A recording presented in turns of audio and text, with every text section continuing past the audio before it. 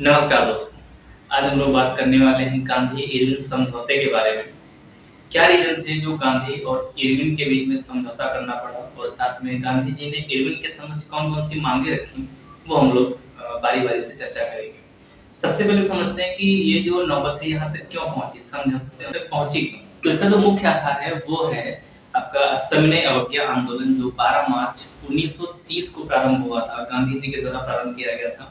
तो यहाँ पे एक शब्द आया है सविनय अवज्ञा मतलब नम्रता से अंग्रेजों के जो भी कानून है उनको तोड़ना, जो भी उनके नियम रेगुलेशन है, किस तरीके से तोड़ा जाए।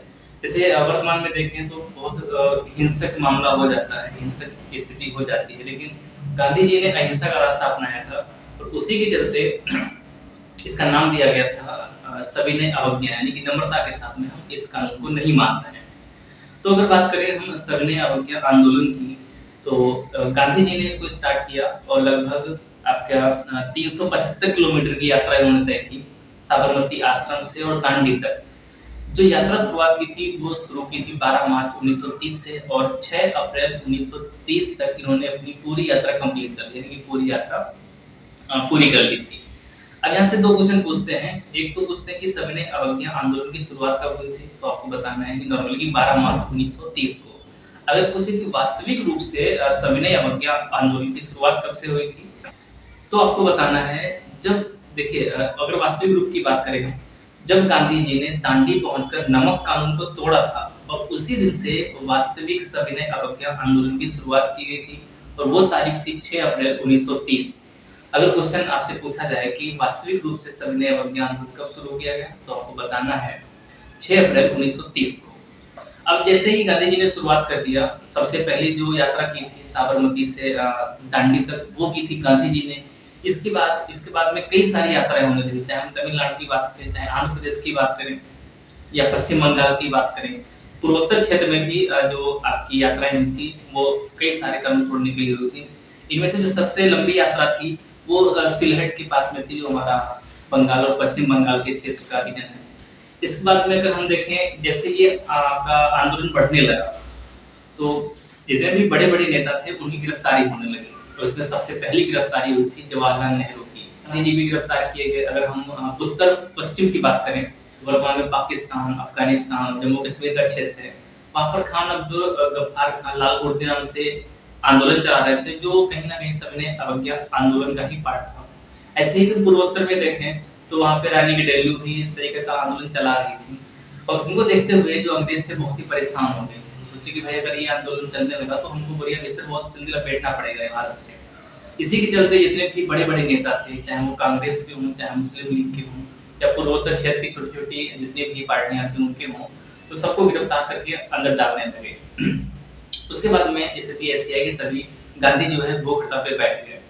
अब अंग्रेजों की जो हालत खराब हुई थी वो इसीलिए हुई थी भाई गांधी जी जब कुछ भी होता था वो भूख हड़ताल पे बैठ जाते थे। अगर मान लीजिए उनकी मृत्यु हो जाती उस दौरान तो पूरा का पूरा जो एक तरीके से चिट्ठा है वो अंग्रेजों का खुल जाता कि भाई क्योंकि उस टाइम तक कई सारे ऐसे देश थे जहाँ पर अंग्रेज राज कर रहे थे। तो कुछ बात हुई एक कांग्रेस समिति के द्वारा एक समिति गठित की गई जिसमें से तेज बहादुर सप्रू और जयकरे नामित किए गए।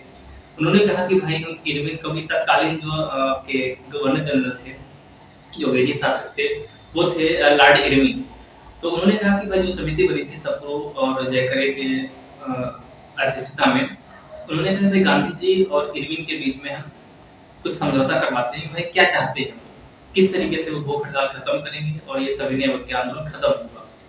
तो समय आता है आपका 5 मार्च 1931 का। 5 मार्च 1931 को दिल्ली में दोनों महानुभूतियां बैठती हैं यानी कि लॉर्ड इरविन और महात्मा गांधी। ठीक है, इसीलिए इसको दिल्ली समझौता भी बोला जाता है। गांधी जी ने इरविन के समक्ष कुछ मांगे रखी जिनमें था आपका किसानों की जो जमीनें जब्त की गई थी उनको वापस किया जाए। साथ में जो बड़े नेता जेल में डाल दिए गए थे कैदी बना करके उनको रिहा कर दिया जाए और नमक बनाने का अधिकार दिया जाए क्योंकि मुख्य रूप से जो आंदोलन चला था सविनय अवज्ञा वो कहीं न कहीं नमक के लिए ही था। तो जितनी भी यात्राएं हुई थी भारत में गांधी जी की दांडी यात्रा के बाद में वो सभी नमक कानून ही तोड़ रहे थे। साथ में जो सविनय अवज्ञा आंदोलन है वो खत्म कर दिया जाएगा अगर आप ऊपर की बताई हुई शर्तों को मान लेते हैं और कांग्रेस जो है वो राउंड टेबल कॉन्फ्रेंस यानी कि जो आपकी गोलमेज सम्मेलन है जो 1930, 1931 और 1932 में जो लंदन में आयोजित की गई थी, वहाँ पे कांग्रेस भाग लेगी। साथ में शांतिपूर्ण जो धरना प्रदर्शन है उसका अधिकार मिलना चाहिए। ऐसा नहीं कि भाई हम कहीं गाड़ियाँ जला रहे हैं, कहीं बस जला रहे हैं, कहीं ट्रेन जला रहे हैं, कहीं कुछ जला रहे हैं, ऐसा नहीं। अगर हमको आपकी नीतियाँ अच्छी नहीं लगती हैं तो आराम से फिर भूख हड़ताल पर बैठ जाएंगे। जैसे कि कुछ सालों पहले अन्ना हजारे ने इसी को अपनाया था और जो टिकैत जी हैं जो कृषि का बनाए थे तभी अपनाए थे। तो कहीं ना कहीं गांधी जी के ही ये चिन्हों पे चल रहे हैं, जब सफलता मिलती है तो इन सब शब्दों को लेकर के गांधी जी इरविन के समक्ष रखे और मांगी गई और उसके बाद में सविनय अवज्ञा आंदोलन को खत्म किया गया। भारतीयों को शांतिपूर्ण धरने का एक तरीके से अधिकार दिया गया। जो नेता जेल में बंद थे उनको रिहा किया गया और जो किसानों की जमीन है जब्त की हुई उनको वापस कर दिया गया।